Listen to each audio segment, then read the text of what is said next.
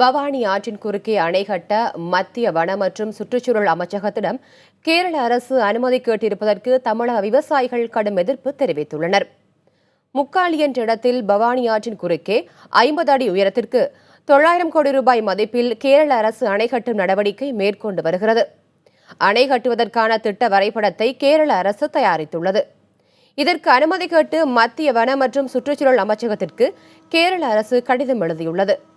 பவானி ஆற்றின் குறுக்கே அணை கட்ட அனுமதி வழங்கக்கூடாது என மத்திய அரசை தமிழக அரசு வலியுறுத்த வேண்டும் என விவசாயிகள் கோரிக்கை விடுத்துள்ளனர்.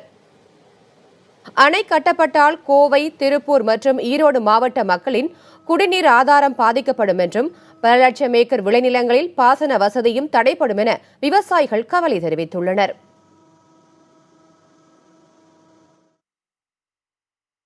குடிநீர் பிரச்சனை கண்டிப்பாக வந்துடும். குடிநீர் வற்றாத ஜீவநதியாக ஓடிட்டு இருந்த இடம் இது மாதிரி அணை கட்டிட்டாங்கன்னா தண்ணி வராது. தண்ணி வரலைன்னா பூமி வறண்டுருச்சுன்னா நீர் பிரச்சனை முதல்ல வரும். அதுக்கப்புறம் போர்வெல்லில் கூட தண்ணி சேராது.